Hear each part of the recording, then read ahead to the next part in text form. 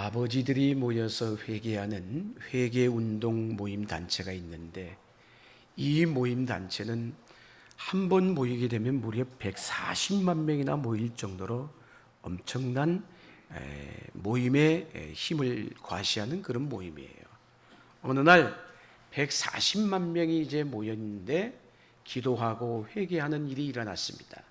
그 자리에서 사회자가 이 140만 명이나 된 사람들에게 물었어요. 여러분들이 교파가 무엇입니까?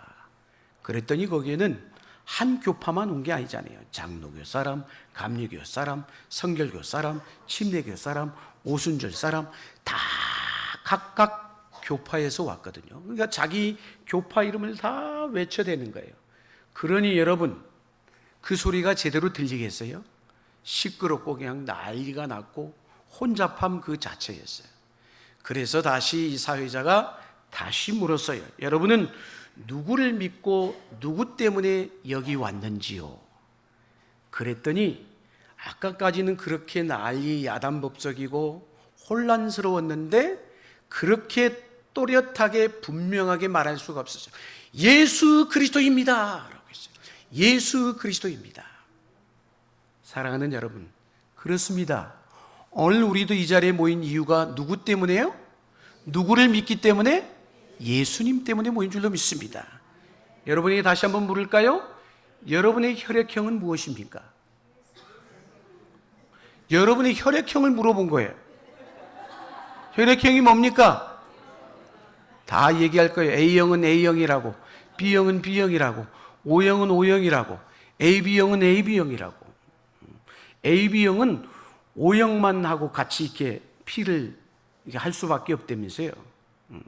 그런 뭐 O형이 좋다라는 얘기가 있습니다만은 뭐 그건 우리의 이야기고, 어쨌든 간에 그러면은 예수 믿는 우리는 무슨 형입니까? 혈액형이 A형, B형, 뭐 O형이 있듯이 예수 믿는 믿음의 성도의 혈액형은 뭘까요? J형이요. 영어로 Jesus Christ이기 때문에 이니셜을 따서 첫 글자인 J형이에요. 여러분, 근데 중요한 건 우리는 같은 혈액형을 가진 사람만이 수혈을 가능한 걸 아십니까? 우리는 그리스도라는 이름의 중심으로 모인 믿음의 회중들이기 때문에 우리는 어떤 사람들이에요? 내가 너에게, 당신이 나에게 서로 피를 나눠줄 수 있는 믿음의 공동체인 것이에요. 할렐루야! 어느 목사님께서 설교를 하시는데 그렇게 얘기하려고 해요. 예수 믿는 사람들은 뭐라고 얘기할 수 있느냐? 예스맨이다 라고 했어요. 예스맨. 노가 아니라 예스맨이라는 거예요. 그래서 이 목사님이 다시 얘기를 했어요. 발음을 좀 잘 해보세요. 발음을 좀 똑똑하게 분명하게 해보세요. 그랬더니 사람들이 뭐라고 했게요? 예수맨이라고 했어요. 할렐루야! 사랑하는 여러분, 우리 모두는 예수맨이에요. 예수님의 피로 맺어진 믿음의 공동체인 줄로 믿습니다. 그러기에 교회는요, 여러분, 사람에 의해서 좌지우지되는 공동체가 아닌 것이에요. 주님에 의해서, 예수님에 의해서 움직여지는 게 교회인 줄로 믿습니다. 여러분, 지난 시간에 우리는 교회의 하나됨에 대해서 말씀을 드렸어요. 여러분, 교회가 하나 되기 위해서는 어떤 희생을 치른다 할지라도, 어떤 대가를 지불한다 할지라도 교회는 어떻게 해야 된다는 거예요? 연합해야 되고 하나를 이루어 가야 된다는 것이에요. 믿으십니까? 사랑하는 여러분, 오늘 본문 7절의 말씀이 어떻게 시작이 되고 있어요? 오늘 우리말 한글 성경에는 분명히 우리 각 사람에게 이렇게 시작이 되고 있어요. 그러나 영어 성경에는 but이라는 접속사로 시작이 되고 있어요. 그러나라는 거예요. 무슨 얘기일까요? 하나됨을 이루기 위해서는, 연합을 이루기 위해서는 이러해야 된다라고 오늘 말씀을 하고 있는 것이에요. 사랑하는 여러분, 오늘 성경의 본문 가운데 우리의 주목해야 될 세 문장이 하나가 있어요. 문구예요. 각 사람에게 선물의 분량대로 은혜를 주셨다라고 얘기하고 있어요. 무슨 얘기일까요? 하나님이 우리 각자에게 주신 선물이 있다는 거예요. 그게 뭐예요? 성경에서 뭐라고 표현해요? 따라합시다. 은혜. 은혜. 여러분 가운데 은혜가 있으십니까? 은혜가 충만하십니까? 은사는 은혜에 포함되는 것이에요. 은혜는 모든 것을 다 아우르지만은 은사는 은혜의 지극히 일부분인 것이에요. 말을 바꿔서 표현하자면 은혜를 받은 사람은 그 은혜 받은 감격과 기쁨 때문에 자기에게 있는 은사를 가지고 하나님의 교회를 믿음으로 신실하게 섬겨가게 돼 있다는 것이에요. 그래서 은혜와 은사는 그 부분에 있어서 차이가 있다는 것이에요. 구원받은 성도라면 너나 할 것 없이 예외 없이 무엇이 주어졌느냐? 다 은사가 주어졌어요. 왜 은사를 하나님이 주셨을까요? 교회를 잘 섬기라고 주신 것입니다. 은사를 주신 이유와 목적을 우리는 분명하게 알아야 돼요. 주님의 몸된 교회를 어떻게 세워가라고 하나님께서 선물로 주신 게 있는데 그게 뭐라는 거예요? 은사인 거예요. 물론 우리가 내가 받은 은사가 무엇인지 모르는 사람이 있을 수 있지만 받지 아니한 사람은 한 사람도 없다는 것이에요. 발견하지 못했을 뿐이지. 하나님은 우리에게 성경이 분명히 얘기하고 있어요. 각양 좋은 은사를 주시는 분이시다. 그렇게 표현하고 있어요, 여러분. 그런데 은사를 주신 목적이 뭐라고요? 하나님의 교회를 잘 섬기라고 주신 것이에요. 은사를 그래서 우리가 사용하게 되면, 은사를 바르게 제대로 사용하게 되면 서로가 기쁘게 돼 있어요. 서로에게 기쁨이 있고 서로가 유익하게 돼 있어요. 그런데 분명히 은사를 사용한 것 같은데 어떤 사람은 안 기뻐, 어떤 사람은 속상해, 상처가 될 때가 있어. 여러분, 그럴 경우에는 은사가 바르게 제대로 사용된 것일까요? 아닌 것이에요, 여러분. 죄송하지만 여러분 물어봅니다. 은사와 재능은 같을까요, 다를까요? 다르죠, 여러분. 우리가 흔히 은사라고 하면 마태복음에 나오는 달란트 비유를 생각하면 달란트가 은사이겠구나.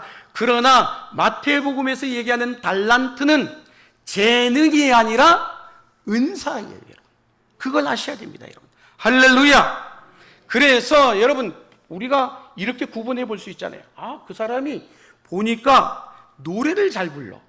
그래서 노래를 잘 부르는 것 때문에 돈을 벌어요. 유명해지기도 해요. 자, 은사일까요? 재능일까요?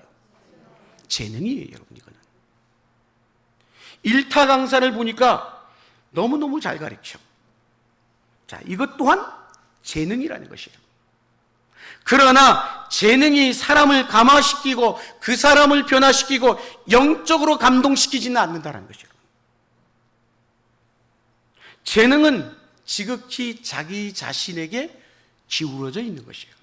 그러나 은사는 사용하면 사용할수록 자기 자신이 아니라 우리 모두에게 무엇이 된다? 유익이 된다는 것이에요. 할렐루야. 말을 그래서 잘 못해도 성령의 은사를 통해서 설교자로 쓰임 받을 수도 있다는 것이에요. 여러분, 말을 잘한다라고 사람을 감동시킬까요? 말을 탁월하게 한다라고 그 사람을 변화시키는 것은 결코 아닌 것이에요. 지나치게 자신의 재능에만 의존하다가는 성령의 진정한 은사가 가려질 수 있다는 것이에요. 때로는 그래서 어떤 사람은 성령의 은사를 자신의 육신의 유익을 위한 목적으로 사용돼 가지고 잘못된 길을 걸어가는 사람들이 있어요. 다양한 재능을 가지고 있지만 하나님을 위해서 쓰임받지 못한다면 그거는 은사가 아니라 재능인 것이에요. 불행한 것이죠. 하나님께서 오늘 우리 각자에게 주신 은사는 왜 주신 것이에요? 하나님을 위해서 사용하라고 주신 줄로 믿습니다. 그러기 위해서는 그러면 우리가 하나님을 위해서 내 은사를 사용하기 위해서는 어떻게 해야 될까요? 성령의 다스림을 받아야 돼요. 성령의 통치를 받지 아니하면은 내게 주신 은사를 내 마음대로 해버려요. 그러면 그거는 은사가 아니 되는 거예요. 재능으로 흘러갈 수밖에 없는 것이에요. 이 시대가 어떤 시대예요? 다양성을 이야기하는 아주 중요한 시대 가운데 살아가잖아요. 너나 할 것 없이 자기 주장 얘기를 많이 하잖아요, 여러분. 그러나 교회는, 성경은 그 다양성 가운데서 하나됨을 강조하고 있다는 사실인 것이죠. 각 사람의 분량대로 한 사람 한 사람에게 주신 하나님의 독특한 무엇이 있다? 은사가 있다는 것이요. 할렐루야. 그래서 사도 바울은 로마서 12장 4절 5절에 이렇게 말씀을 합니다. 같이 한번 읽겠습니다. 시작.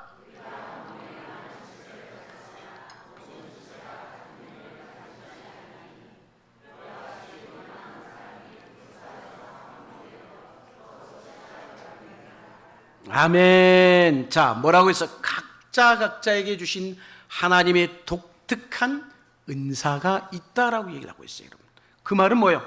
꼭 같다라는 얘기가 아니에요. 다 같지가 않다라는 말인 것이에요, 여러분. 우리는 그런데 이 획일화된 문화 가운데 자라왔어요. 우리나라가 특히 더 그래요. 그런데 한 사람의 개성을 가지고 있는데 분명히 각자 그래서 그 개성과 은사를 발휘하도록 하기보다 가만히 우리가 살아가는 시대를 보면 규격화하는 경우가 굉장히 많아요. 한국 사회가 그 가운데 획일화가 강한 나라 중에 하나입니다. 근데 그 획일화가 가장 심한 곳이 있어요. 어딜까요? 북한이요, 북한. 그리고 또 있어요. 이단이라는 단체가 그래요. 획일화가 얼마나 강한지 몰라요. 그래서 이 획일화 안에는 강요와 폭력이 들어있죠, 여러분. 안 되면 그냥 폭력이 가해지는 거예요. 강요잖아요. 억지로 하게 되잖아요. 그러나 성경은 그런 기계적인 하나, 획일화, 인위적인 연합을 이야기하지 않는다는 것이에요. 하나됨을 획일화로 보시면 그래서 안 돼요. 여러분, 로마 카톨릭 있죠. 로마 카톨릭은 하나의 교회를 주장합니다. 그래서 개신교회는 어때요? 반대로 교파가 아까도 얘기했지만 얼마나 많은지 몰라. 우리 대한민국 한국교회는 목회자인 저도 무슨 교파가 있는지 다 몰라요. 어마어마해요, 여러분. 교파마다 물론 교리적인 차이가 있겠지만 그러나 크게 보면 하나님 앞에서 서귀포 반석교회나 서귀포교회나 서울에 있는 교회나 대전에 있는 교회나 대구에 있는 교회나 광주에 있는 교회나 다 하나님 앞에서 뭐라는 거예요? 감리교회나 장리교회나 오순절교회나 침례교회나 다 하나님 앞에서 뭐라는 거예요? 하나의 교회라는 것이에요. 할렐루야. 그래서 우리가 흔히 고백하는 사도신경의 신앙 고백에서 옛날 고백의 문구 가운데 버전으로 보면 뭐라고 얘기해요? 거룩한 공회를 믿사오며 라고 있어요. 그 공회가 하나의 교회를 얘기하는 것이에요. 온 지구 땅덩어리에 있는 모든 교회, 하나님 앞에 하나라는 거예요. 할렐루야. 그래서 로마 카톨릭에서 먼저 이걸 쓴 거예요. 캐톨릭이라는 이 단어는 보편적인 교회라는 뜻인 것이에요. 그 의미가 굉장히 좋은 의미이죠, 여러분. 그러면 개신교와 로마 카톨릭의 차이가 뭘까요? 개신교회는 여러분 그리스도를 머리로 하는 하나의 교회예요. 그러나 가톨릭 교회는 교황을 머리로 하는 하나의 교회인 것이에요. 그게 다른 거예요, 여러분. 분명하게 알고 계셔야 돼요. 개신교의 교파는 다양성을 인정합니다. 그럼에도 불구하고 다양한 교회 교파를 이루고 있지만 그리스도 안에서 하나의 조화를 이루어 간다는 거예요. 그런 의미에서 보면 어쩌면 개신교회는 그게 훨씬 더 성경적인 것이에요. 사람은 다 각자가 똑같지가 않잖아요, 여러분. 그리스도의 몸은 그 말은 뭐예요? 하나의 거대한 덩어리가 아니란 말이에요, 여러분. 앞에서도 얘기했지만 각 사람 분량대로 분명히 오늘 성경은 이렇게 얘기하고 있어요. 한 사람이 가진 독특성을 인정할 때 서로 연결해 갈 수가 있는 것이에요. 몸은 각각 자기 기능에 따라서 어때요? 따로 떨어져 있지 않잖아요. 다 붙어 있잖아요. 각각의 기관이지만 서로 연결돼서 자연스럽게 내 몸이 움직이잖아요. 제가 손이 움직이고 눈을 여러분을 쳐다보고 있고 입도 움직이고 있고, 이거 내가 억지로 하는 겁니까? 자연스럽게 되는 거잖아요, 여러분. 사랑하는 여러분, 교회라는 것은 조직화하는 건 쉬워요, 여러분. 그러나 그리스도의 몸은 조직도 아니고 건물도 아니에요, 여러분. 교회가 커지다 보면 어떤 유혹에 빠지기 쉽느냐? 조직화하려고 하고 시스템화하려고 하는 유혹에 빠지기가 쉬워요. 즉 획일화시키려고 하고 기계적으로 움직이게 만든다는 것이에요. 사랑하는 여러분, 그러나 죄송하지만 그렇게 가다 보면은 교회는 생명력을 잃어버리게 되는 것이에요. 아셔야 됩니다. 성도들 한 사람 한 사람이 고유한 생명체로 자발적으로 자원하는 마음으로 움직이도록 해야 되는 것이에요. 그래야 할 때 거기에 기쁨이 있고 감동이 있고 감격이 있는 것이에요. 다양성을 인정하는 거예요. 그러면서도 뭐요? 그 다양성을 깨지 않고 하나의 조화를 이루어가는 것이에요. 하모니가 되는 거예요, 여러분. 개인의 은사를 충분히 발휘하지만 공동체 안에서는 어때야 된다는 거예요? 조화를 이루어야 되는 것이에요. 개인의 자유로움이 만일에 내 자유로움 때문에 공동체의 하나됨을 깨트린다면 사랑하는 여러분, 그거는 건강한 자유로움이 아닌 것이에요. 무슨 얘기일까요? 다양하지만 조화로워야 된다는 것이에요. 할렐루야! 성령이 함께하는 공동체의 특징 중에 하나가 뭐냐? 조화가 있는 것이에요. 겉으로는 볼 때 무질서하게 보이는데 어느 날 보면 갑자기 일을 해내는 거 보면 신기하게도 딱 조화를 이루어내고 있는 거예요. 누가 하게 하셨을까요? 성령이 하게 하신 거예요. 우리 모두가 성령 안에서 각 사람이 성령의 통제 아래 있을 때 그게 가능해지는 것이죠. 할렐루야! 왜? 성령 하나님은 질서의 하나님이시기 때문에 내가 하는 일이 그래서 가장 중요하고 가장 최고야 이렇게 주장하시면 안 되는 거예요. 그렇다고 반대로 다른 은사를 무시하거나 불필요하다고 여기서도 안 되는 것이에요. 어느 특정한 은사만 강조하면 안 된다는 거예요. 그건 건강한 교회 모습이 아닌 것이에요, 여러분. 사랑하는 여러분, 은사는 누가 주셨을까요? 성령 하나님이 주신 것이에요. 믿으십니까? 무슨 얘기일까요? 나를 드러내려고 하면 안 되는 거예요. 그런데 나를 자꾸 드러내려고 해. 그러면 거기에 문제가 생기고 사고가 터지는 거예요. 그리스도의 몸인 교회의 주도권은 목사도 아니고 장로도 아니고 여러분도 아니고 오직 하나님이신 줄로 믿습니다. 특별히 한 사람이 모든 것을 다 잘하도록 하나님은 그렇게 만든 적이 없어요, 여러분. 우리는 뭐요? 서로 도움이 필요한 거예요. 부부지간에도 여러분, 남편이 아내를 돕고 아내가 남편을 도와서 온전하고 아름답고 건강한 가정을 이루어가듯 교회도 똑같은 거예요. 나 혼자로서는 여러분 완벽하지가 않아요. 서로 도와 서로 연합함으로 하나됨을 향해 갈 때 그 교회가 아름다운 교회이고 건강한 교회가 되는 줄로 믿습니다. 그래서 우리는 다른 은사와 비교하거나 무엇이 더 크고 좋은 은사인가를 따지고 평가하시면 안 돼요, 여러분. 늘 우리는 어때요? 서로 돕고 연결하고 함께 지지해 줄 때 그게 아름다운 믿음의 공동체가 되는 것이에요. 또 다른 은사를 질투하지 말라는 거예요. 세워주고 격려하고 용기를 주고. 여러분, 은사 중에도 보면은 드러난 은사가 있는가 하면 드러나지 않는 은사가 있어요. 우리 신체에도 여러분 얼굴이나 손은 우리 눈에 다 보이잖아요, 여러분. 그런데 오장육부, 뼈, 신경조직, 혈관 우리 눈에는 안 보이잖아요. 그런데 그런 것들이 있기 때문에 지금 몸이 원활하게 움직이는 것이잖아요. 그러면 뭘 얘기하는 걸까요? 보이는 것만이 중요한 것이 아니에요. 모두가 중요한 것이에요. 여러분, 한 주간 동안 목회자가 하는 일이 얼마나 많은지 아세요? 여러분은 제가 얘기를 안 하면 모르잖아. 성도를 만나고 문제가 생기면 찾아가서 격려하고 말씀으로 권면하고 기도하고 또 안 나오신 분이 있으면 전화하고 그리고 그분을 위해서 또 식사도 하기도 하고 그러면서 풀어가는 거예요, 여러분. 성도를 돕는 일만이 하는 게 아니에요. 많은 일들이 있어요. 사랑하는 여러분, 교회가 움직여가는 일에는 보이지 않는 곳에서 수고하는 분들이 있다는 걸 아셔야 돼요. 눈에 드러나는 것만이 전부가 아니라는 것이에요, 여러분. 죄송한 얘기입니다만 예전에 제가 저 앞에 들어오는 노비 입구에 이게 어지러져 있으면 빗자루질을 했단 말이에요. 그런데도 세상에 목사가 이거 빗자루질을 하지 말라는 건 아니에요. 할 수도 있죠.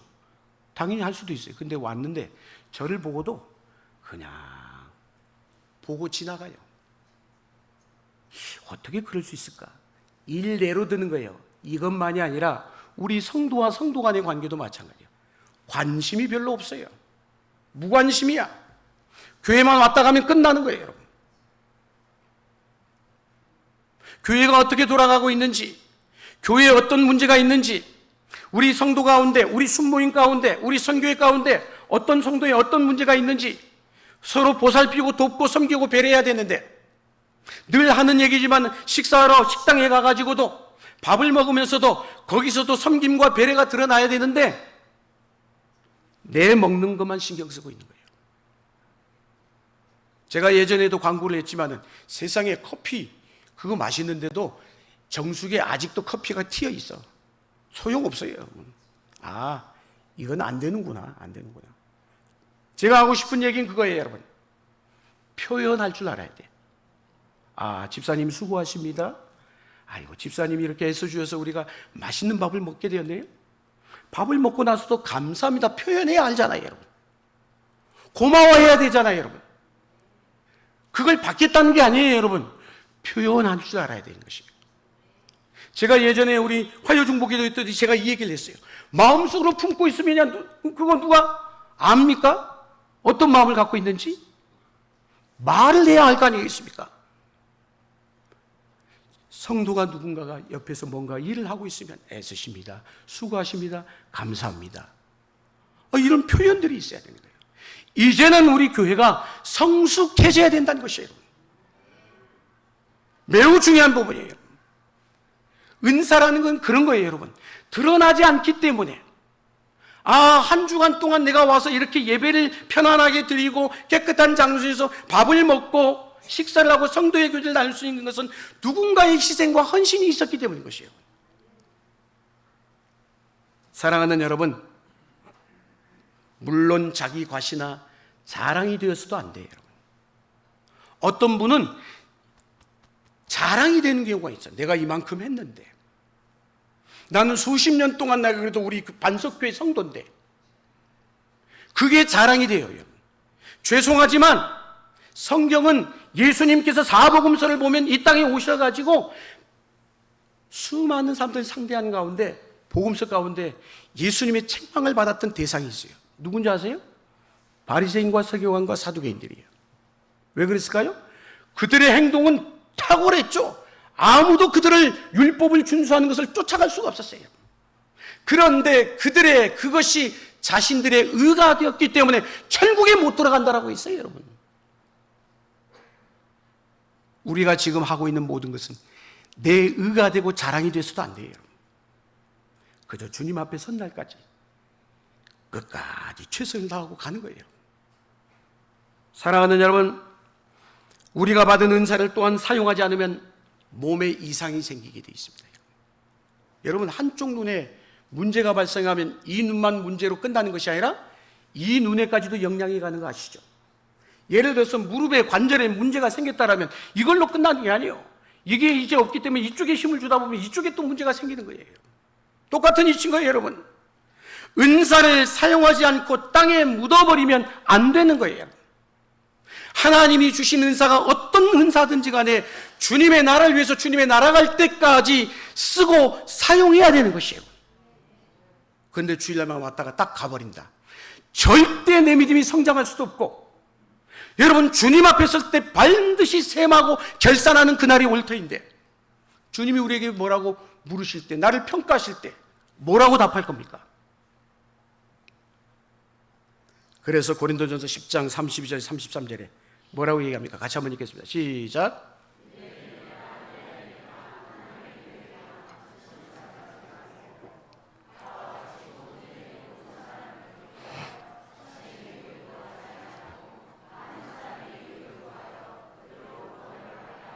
아멘. 내 유익을 구하지 말고 뭐라고요? 많은 사람의 유익을 구해야 된다는 것이에요. 이게 은사 받은 자의 태도이고 자세인 것이에요. 할렐루야. 그리할 때 공동체가 아름답고 믿음의 건강한 공동체를 이룰 수 있는 것이에요, 여러분. 우리의 죄성은요, 어디냐? 자꾸 자기 자신에게로 기울어. 나의 유익을 구하고 나의 기쁨을 얻으려고 합니다.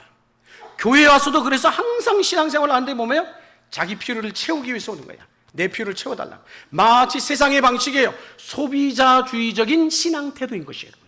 여러분, 마트나 대형마트나 백화점에 어때요? 손님들을 끌기 위해서 얼마나 마케팅을 하고 고객 홍보 전략을 펼칩니까, 여러분?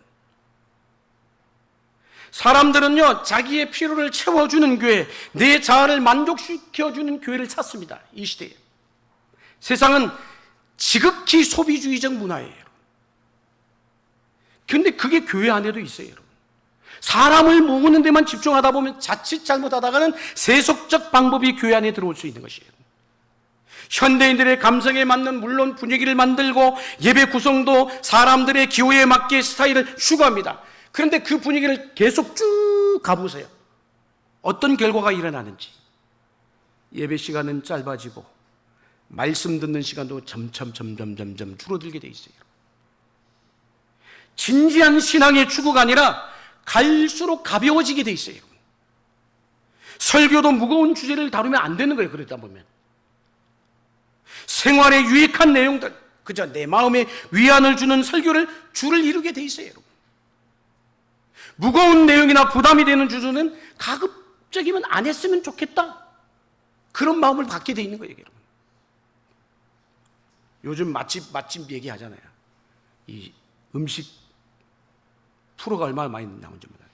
여러분, 맛집 얘기를 하지만은 맛이 있는 것과 몸에 유익한 것은 같습니까? 전혀 다른 거예요, 여러분. 맛집은 맛은 책임질 수 있어요. 그러나 고객의 건강은 책임져 주지 않아요, 여러분. 아십니까, 그거? 매우 중요한 얘기예요. 설교가 만담과 같은 수준으로 희화한 경우들이 점점 늘어나고 있어요. 재밌는 얘기는 교회에서 들을 게 아니에요, 여러분. 얼마든지 들을 수 있어요, 여러분. 성도들이 꼭 들어야 되는 메시지를 전하지 않고 듣고 싶어하는 이야기에 자꾸 신경 써. 백화점이에요, 그거는. 백화점. 대형마트예요, 여러분. 소비자의 욕구를 알고 그들의 눈치를 살펴야 되고 고객의 불만 사항에 신속히 귀 기울여줘야 되고. 소비자주의적인 교회는 그래서 뭐예요? 하나님 중심이 아니라 사람 중심이 되어가는 거예요. 그렇게 되면 아셔야 됩니다, 여러분. 교인들이 서비스 받는 고객과 같은 형태로 남게 되면 그 교회, 죄송하지만 오래가지 않아서 위기를 맞을 수밖에 없는 거예요, 여러분. 교회는 사람 중심이 아니라 하나님 중심이어야 됩니다. 하나님의 눈치를 봐야 돼요. 사람이 주인이 되면 안 되는 것이에요, 여러분. 교회의 주인은 언제나 오직 예수 그리스도이십니다. 여러분, 고객을 붙들고 해서봐야 여러분 늘 어려운 일만 생기고 해결도 안 돼. 고객이라는 자체는 여러분 늘 변덕스럽잖아요, 여러분. 영적 관심보다 고객들은 자신의 취향에 추구하는 게 더 많아요, 여러분. 자기 행복과 안녕이 더 관심이 많다니까요, 여러분.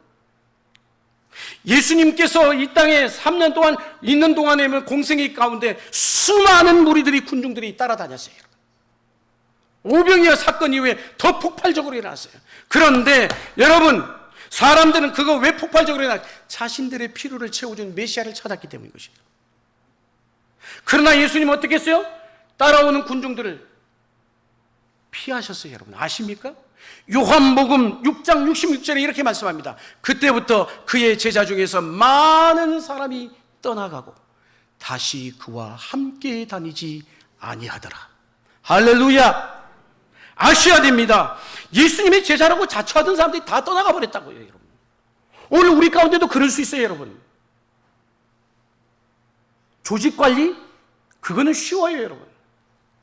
그러나 그리스도의 몸은 달라요. 교회는 다르다고요. 목양은 매우 인격적인 거예요, 여러분. 아까도 제가 얘기했지만 목양의 일주일의 삶 가운데는 매우 인격적인 만남이 이루어져야 되는 것이에요. 일대일의 관계 속에서 진행되는 어쩌면 별별 일들이 다 있어요, 여러분. 그렇기 때문에 길고 긴 싸움이에요. 이만하면 좀 변하겠지 했는데 안 변해. 안 바뀌어. 끊임없이 기도하고 끊임없이 세워주고, 그게 목양인 것이에요. 그런데 그 에너지가 드는 일인데 그것에 집중하지 못하고 눈에 보이는 것만 쫓아가다 보면 목양이 아니라 방목이 되는 거예요, 여러분. 잘 갖추어진 건물, 시스템, 좋은 프로그램, 물론 우리 교회도 화장실을 하지만 화장실이 목적이 아니에요, 여러분. 그런 교회 가면 얼마나 편리합니까? 에어컨 빵빵하게 나오죠. 정말 좋은 의자에 앉아가지고 편안하게 좋은 목사님의 메시지 듣죠. 그 순간은 좋을 수 있어요, 여러분. 사랑하는 여러분, 죄송하지만 그건 성장이 아니라 비만으로 가기가 쉬워요, 여러분. 우리의 목적은 이 교회를 통해서 한 영혼을 살려내는 일에, 복음 증가날에 집중해야 되는 것이에요. 그게 핵심이에요, 여러분. 여러분, 서비스라는 단어, 예배라고 하잖아요. 예배. 우리가 의미가 뭐 은사를 통해서 교회 안에 서든지 밖에 서든지 섬기는 삶을 살아가는 것, 봉사 자체도 그래서 예배인 거예요. 그래서 고린도서 12장 25절에 뭐라고 합니까? 몸 가운데서 분쟁이 없고 오직 여러 지체가 서로 같이 돌보게 하셨느니라. 그렇기 때문에 섬기기 위해서는 뭐가 필요해요? 십자가 정신이 필요한 거예요.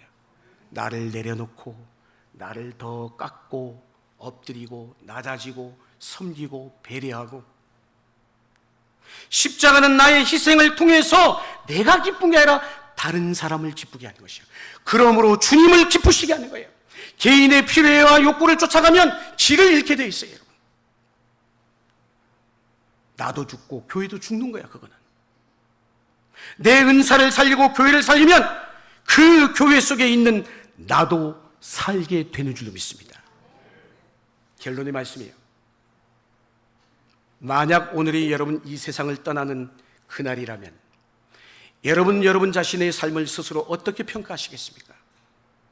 만약 오늘이 그날이라면 여러분 세상을 어떻게 떠나시겠습니까? 만약 오늘이 그 마지막 날이라면 여러분 어떤 심정으로 사람들과 헤어지겠습니까? 그 날은 사랑하는 사람을 더 이상 볼 수 없는 날이에요. 그 날은 사랑하는 사람에게 하고 싶은 말을 더 이상 할 수 없는 날이에요, 여러분. 그 날은 하고 싶은 일도 더 이상 할 수 없는 날이에요. 그 날은 예고 없이 와요. 느닷없이 찾아오게 돼 있어요.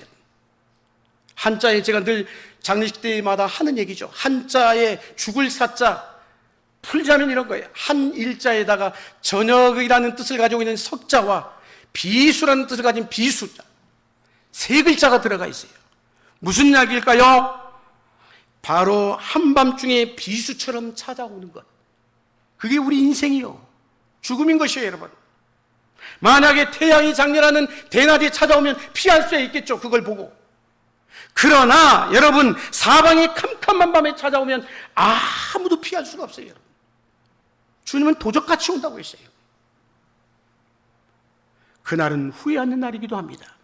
무엇보다 그날은 하나님의 심판대 앞에 서는 날이에요. 구약성경에 보면 히브리어 8,800개의 히브리어 단어로 써 있어요, 구약성경은. 그런 반면에 신약성경은 헬라어 단어 5,600개의 단어로 쓰여 있어요. 그런데 구약의 880개와 여러분 5,600개를 합하면 뭐예요? 14,600개의 단어로 성경이 이루어졌어요. 그런데 성경 어느 곳을 찾아봐도 평등이란 단어는 없어요, 여러분. 아셔야 됩니다. 이퀄리티란 단어가 없다고요, 여러분. 하나님께서, 물론 하나님이 창조하신 모든 우리 피조물은 그 생명의 가치는 하나님 앞에 다 똑같아요. 평등해요. 그러나 그 많은 인간이 이 땅에서 살아온 삶의 결과에 대한 평가는 결코 평등하지 않다라는 거예요. 아셔야 됩니다. 하나님은 결코 그래서 평등의 하나님이 아니셔요. 성경에 우리에게 일깨워 주시는 하나님은 평등이 아니라 공평하신 하나님이에요. 하나님은 뭐예요? 뿌린 대로, 심은 대로 거두게 하신 하나님이십니다. 할렐루야! 반드시 우리의 심판날에 셈하시고 우리가 살아온 삶대로 상을 주시는 하나님이시라는 거예요. 언제부턴가 교회에서 심판을 말하지 않아요. 천국과 지옥의 말씀이 사라지고 있어요. 상 주신 하나님에 대한 말씀이 이야기가 없어. 그러나 성경은 분명하게 세 가지 핵심의 원리를 이야기하고 있어요. 이 신치 예수 그리스도를 믿음으로 의롭다함을 받은 자가 인정을 받을 수 있다고 얘기했어요. 두 번째, 성화를 얘기하고 있죠. 예수 그리스도를 은혜로 하나님의 자녀로 거룩하게 인침을 받았으므로 지금부터 뭐예요?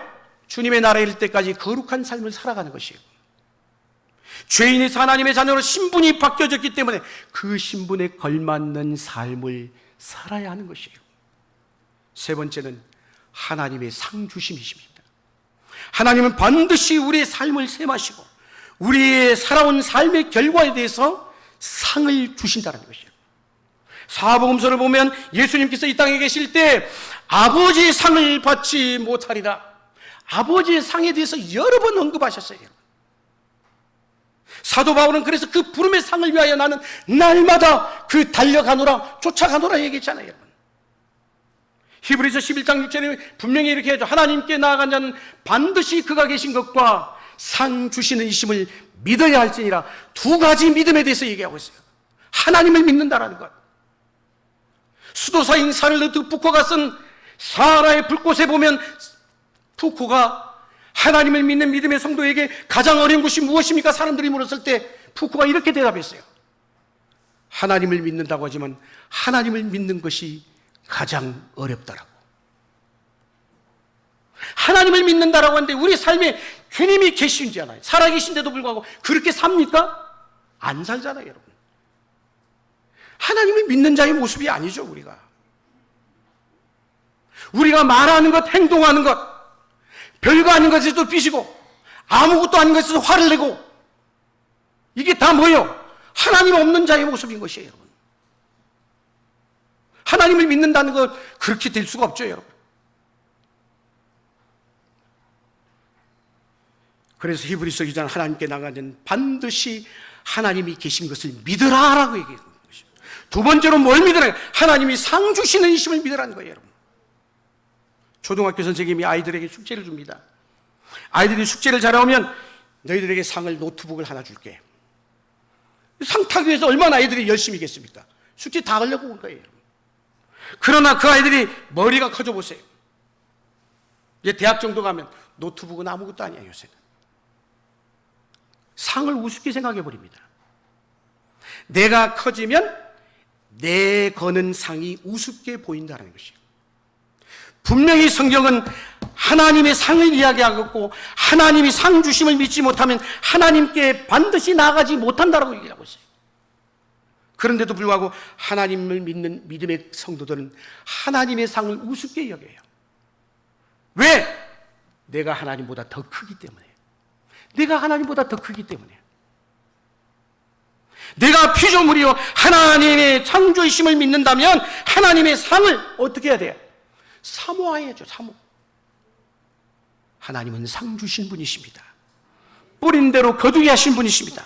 생각해 보십시오. 우리가 설렁설렁 사는 사람하고 주님의 도를 쫓겨서 자신의 생명을 다 내걸었던 사도 바울하고 주님의 나라에 갔을 때 똑같으면 어떻게 되겠어요? 그 하나님이 정의의 하나님이시겠냐고요? 공평하신 하나님이시겠냐고요? 당연히 사도 바울은 하나님 나라에서 우리보다 훨씬 더 높은 평가를 받으실 것이에요. 우리는 이걸 잊고 살아요. 예전엔 다 알았는데 잊어먹고 살고 있어요, 여러분. 그날 하나님의 세마심이, 그 평가를 믿을 때만이 내가 포기할 걸 포기할 수 있어요. 내려놓고 내려줄 수 있어요. 저 개인에게 묻는다면 저는 하나님의 세마심을 믿습니다. 만약 하나님의 세마심을 믿지 않는다면 저도 내 하고 싶은 대로 했겠죠. 하나님은 심판하신 분이십니다. 그날이 오면 하나님의 세마심을 받아야 합니다. 하나님의 심판, 하나님의 세마심의 근거는 다른 게 아니라, 다른 사람이 아니라 나의 삶이에요. 내가 살아가고 있는 삶, 살아온 삶인 것이에요. 우리는 편안함이 목표가 되어서는 안 됩니다. 성숙이 목표가 돼야 돼요. 나만의 성숙은 불가능해요.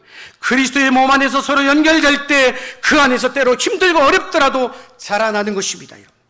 우리 모두가 주님이 기뻐하는 교회를 세워가기 위해서 힘껏 주님 오시는 그날까지 믿음으로 쓰임받고 달려가시는 우리 모두가 될 수 있기를 주의 이름으로 간절히 축원합니다.